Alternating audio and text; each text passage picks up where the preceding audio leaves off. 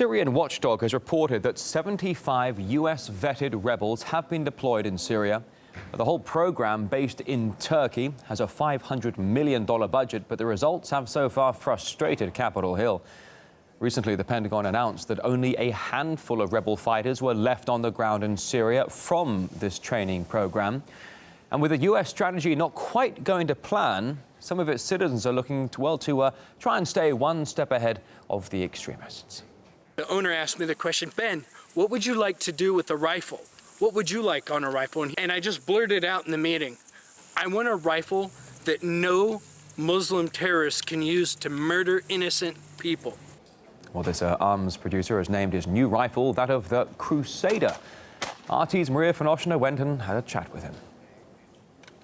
One Florida gun manufacturer has designed an assault rifle with, guess what, Christian symbols on it. Do they really believe it may stop these people from doing these bad things? How did they come up with this idea?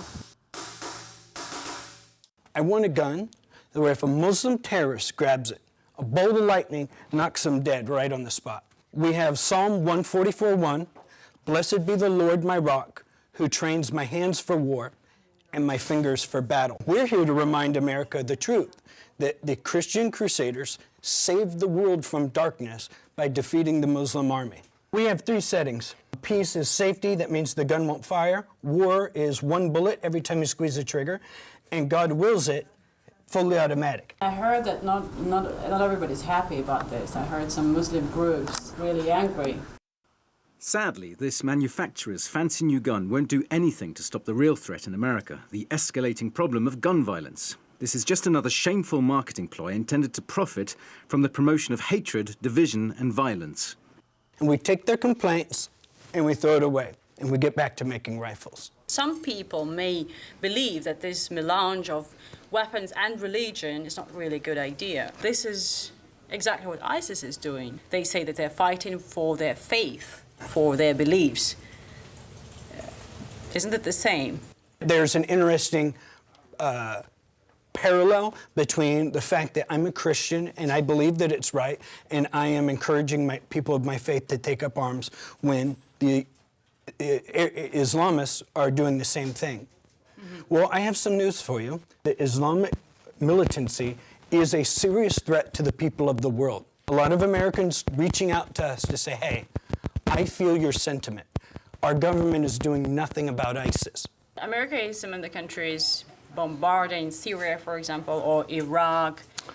This is supposed to be ISIS's headquarters and their positions. Is that enough? Well, it's enough for a soundbite to get on the news and say we're doing something, but it's not a substantive or long-term effective plan. Do you want to balance your government with this? I don't have any ridiculous expectations that this rifle is going to have a meaningful impact on my government's foreign policy. But I do hope to create dialogue and have people asking questions about our flaccid response to ISIS and Muslim extremism everywhere.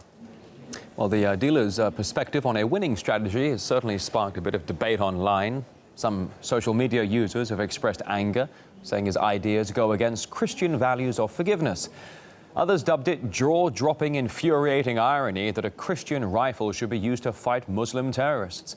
We spoke to Mohammed Ansar, a political and social commentator. I think the idea that firstly you would produce a weapon which is primarily designed for maybe recreational sport, but also killing Muslims. And the idea that you wouldn't want Muslims to use that weapon to kill you. Also the idea that by printing a verse of the Bible on the weapon, that is somehow going to deter Muslims who may be up to no good, I think is palpably absurd. We could perhaps say that there is a civil rights crisis for Muslims in America. This is going to fuel tensions and increase a sense of alienation amongst the Muslim community. I think there will be some anger and some hostility towards it, but the vital thing is that Muslims don't react in a negative or a way which is going to increase difficulties and tensions in the US.